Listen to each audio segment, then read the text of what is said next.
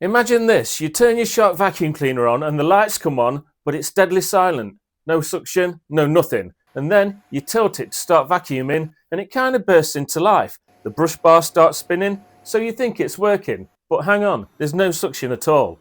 It's the most confusing shark problem ever, but thankfully it's quite a rare one. So if this doesn't apply to your vacuum cleaner, just put your model number and the problem you're having in the comments. I'll probably have a video to help you.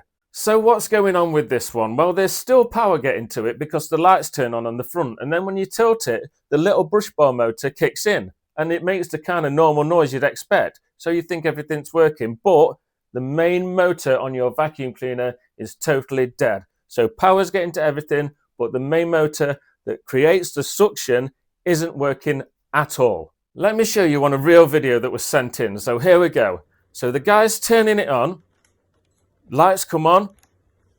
Listen to that though, there's no noise at all. It's totally silent. Everything is totally dead. So the main motor that turns on normally isn't turning on. Then when he tilts it, and this is the confusing part, it sounds and feels like everything's working, but don't be fooled.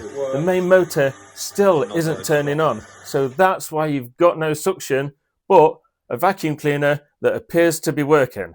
An easy way to test this so you know this is your problem for sure is to press the lift away button on your vacuum cleaner, so you're pulling the main body away from the floor head totally, and then you can just take your hose off if you like. Now plug that in and try turning the vacuum cleaner on, almost like you're vacuuming the stairs.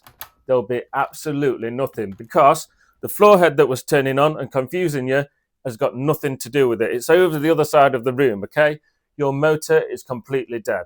So if your shark is lighting up and spinning but there's no suction, I hope this video has helped. This next one is showing you how to replace a motor if it's available for your model. If this isn't the problem you're having, this next video may help you if you generally have no suction but your motor is still working.